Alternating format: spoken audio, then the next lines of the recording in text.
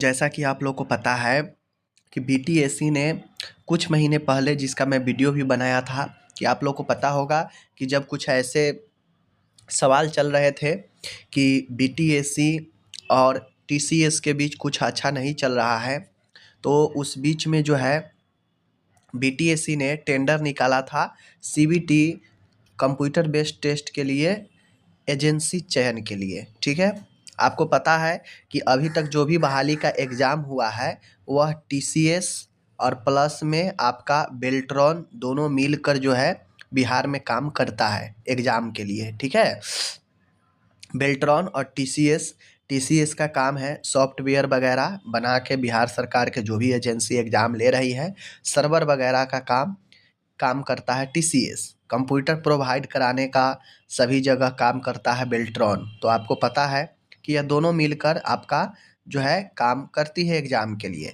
तो बेल्ट्रॉन तो बिहार सरकार के अधीन के अंदर आता है, तो इससे कोई तो जो है आपका टेंडर के बात है ही नहीं। टेंडर के बात थी तो कंपनी टीसीएस के साथ में। तो अब जो भी रीज़न हो उस समय चीज़ें सही नहीं चल रही थी बीटीएससी और टीसीएस के बीच में, तो उस समय टेंडर निकाला गया था। ठीक है ना, उस समय टेंडर निकाला गया था कि आपको सीबीटी एग्ज़ाम के लिए हमें एक एजेंसी चाहिए।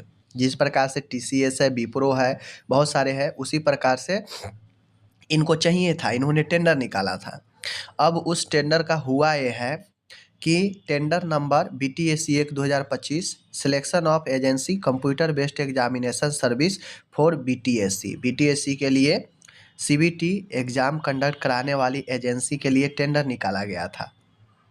हुआ ये कि रिमार्क में आया ये है कि टेंडर हैज़ बीन कैंसिल्ड, यानी टेंडर को कैंसिल कर दिया गया है अंडर द प्रोविजन ऑफ इतना of RFP and finance department Bihar Patna notification इतना ऑफ पारा इतना। ठीक है यानी इस टेंडर को जो है कैंसिल कर दिया गया है।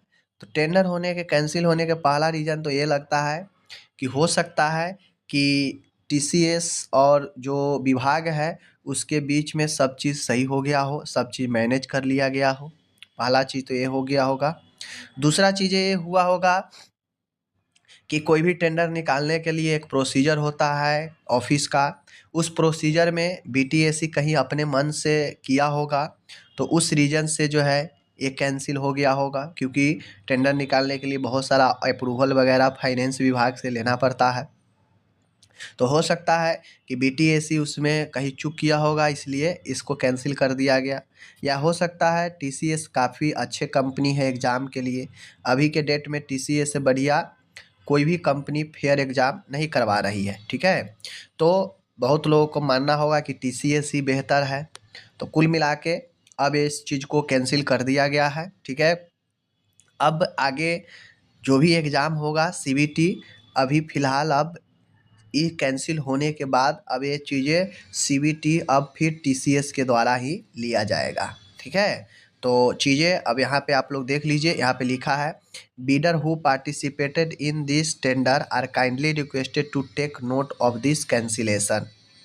कहने का मतलब है, कहा गया है कि जो भी बिडर है, जो भी पार्टी इसमें पार्टिसिपेट किए हैं टेंडर में, वो जो है अपना नोट रिसीव उनसे रिक्वेस्ट है कि वो अपना नोट ले ले कैंसिलेशन का।